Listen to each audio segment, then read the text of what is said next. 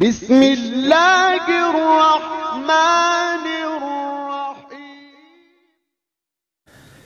جانور پیدا کیے تیری غذا کے واسطے، چاند سورج اور ستارے ہیں ضیاء کے واسطے، سر سبز و شاداب کھیتیاں ہیں تیری غذا کے واسطے۔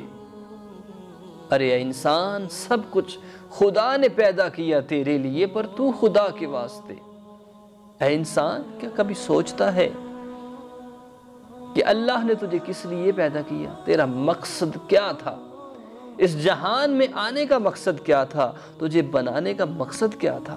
کہ اللہ نے تجھے اپنے ذکر کے لیے، اپنی عبادت کے لیے پیدا کیا ہے۔ پھر اے انسان، تو کیوں دنیا کے پیچھے دوڑ رہا ہے؟ تو اس اللہ کا ہو جا، اللہ کا ذکر کرنے والا بن جا۔ جب تو ذکر میں لگ جائے گا تو اللہ تیری مشکلاتوں کو آسان کر دے گا، اللہ تیری پریشانیوں کو دور کر دے گا۔ جب تو اس کے ذکر کو چھوڑ کر دنیا کے پیچھے بھاگے گا تو یاد رکھنا، تیری زندگی اجیرن ہو جائے گی، تیری زندگی مشکل ہو جائے گی، تیرا جینا محال ہو جائے گا۔ تو سوچے گا بھی نہیں کہ تیرے ساتھ کیا کیا ہو رہا ہے۔ لیکن اگر تو اللہ کو یاد کرنے والا، اللہ کا ذکر کرنے والا، اللہ کی فکر میں رہنے والا، اس کے بندوں میں، خاص بندوں میں سے ہو گیا، تو یاد رکھ تجھے دو چیزیں ملنے والی ہیں۔ ایک دنیا کے اندر سکون ملے گا، اور ایک قبر کے اندر سکون ملے گا، راحت ملے گی، ایسی راحت کہ جو دنیا میں کسی بھی طریقے سے نہیں مل سکتی۔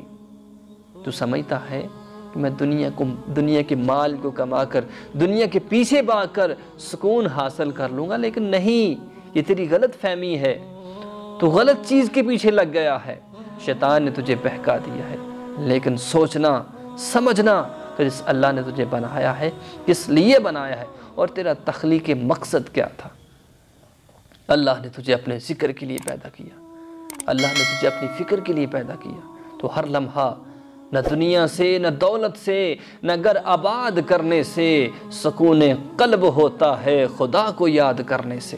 اس اللہ کا ہو جا، اس اللہ کا ذکر کرنے والا بن جا، تیری دنیا، سارے جہان سنور جائیں گے، سارے کام تیرے سنور جائیں گے۔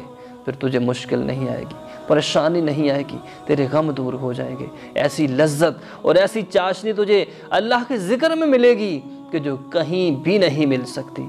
اس اللہ کو یاد کرنے والا بن جا، اسی کے نام کے اندر ساری شفائیں ہیں، اسی کے نام کے اندر سارے سکون ہیں۔ تو ویڈیو کو لائک کریں اور تمام دوست احباب تک شیئر کریں۔ جزاک اللہ۔